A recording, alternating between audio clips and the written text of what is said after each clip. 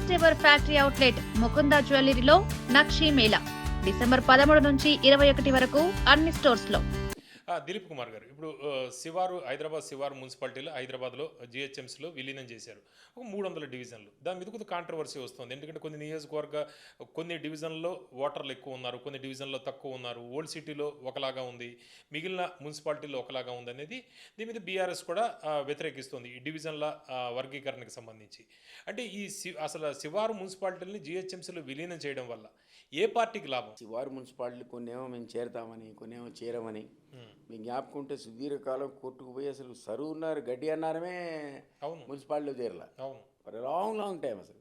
శివారు కార్పొరేషన్లో కూడా ఇప్పుడు జిహెచ్ఎంసీలో చేయలేదు. అట్లా ఉండే కొన్ని అట్లా రకరకాల దాని ఆదాయాన్ని బట్టి, ఆ వ్యవహారాన్ని బట్టి. గడ్డి అన్నారం మార్కెట్ అనేది, మున్సిపాలిటీ అనేది, సారీ గ్రామ పంచాయతీ అనేది పవర్ఫుల్ పంచాయతీ, మోస్ట్ ఇది ఇన్కమ్ ఉన్నటువంటి.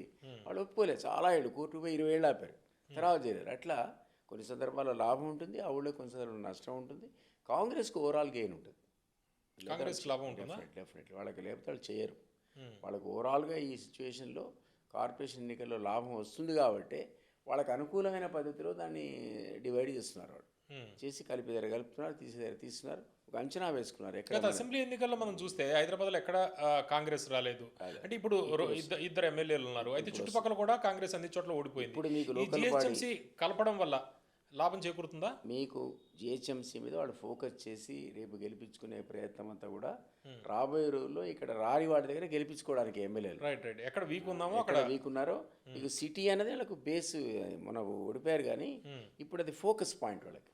సో మీకు అక్కడ ఎక్కువ స్థానాలు తీసుకోవడానికి వాళ్ళు విశ్వ ప్రయత్నం చేస్తున్నారు. అందులో భాగంగానే కలిపారు ఇది, ఆ కారణం చేతనే కలిపారు. సో కొంత వాళ్ళకి అందులో లాభం జరగచ్చు, మనకు కారణాలు. ఓకే.